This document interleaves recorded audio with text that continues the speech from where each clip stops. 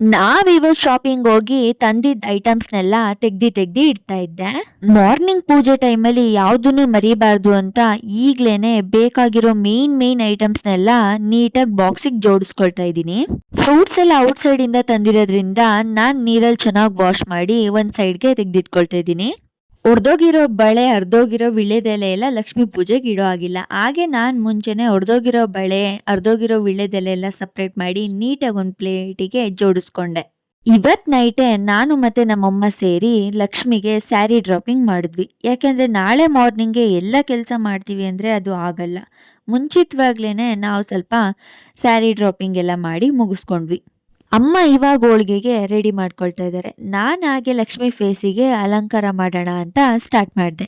ನಮ್ಮನೆ ಲಕ್ಷ್ಮಿ ನೋಡಕ್ಕೆ ಏನೋ 2 ಕಣ್ಣು ಸಾಲದು ಅಂತಾನೆ ಹೇಳ್ಬೋದು. ನೆಕ್ಸ್ಟ್ ವ್ಲಾಗಲ್ಲಿ ನಿಮಗೆ ಗೊತ್ತಾಗುತ್ತೆ ನಾವು ಯಾವ ರೀತಿ ರೆಡಿ ಮಾಡಿದ್ದೀವಿ ಅಂತ. ಇವತ್ತಿನ ಪ್ರಿಪ್ರೇಷನ್ ಇಷ್ಟೇ. ವರಮಹಾಲಕ್ಷ್ಮಿ ಪೂಜೆ ವ್ಲಾಗ್ ಜೊತೆ ನಿಮ್ಮ ಮುಂದೆ ಬರ್ತೀನಿ. ಈ ವಿಡಿಯೋ ನಿಮಗೆ ಇಷ್ಟ ಆಗಿದ್ರೆ ಲೈಕ್ ಮಾಡಿ, ಶೇರ್ ಮಾಡಿ, ಫಾಲೋ ಮಾಡಿ.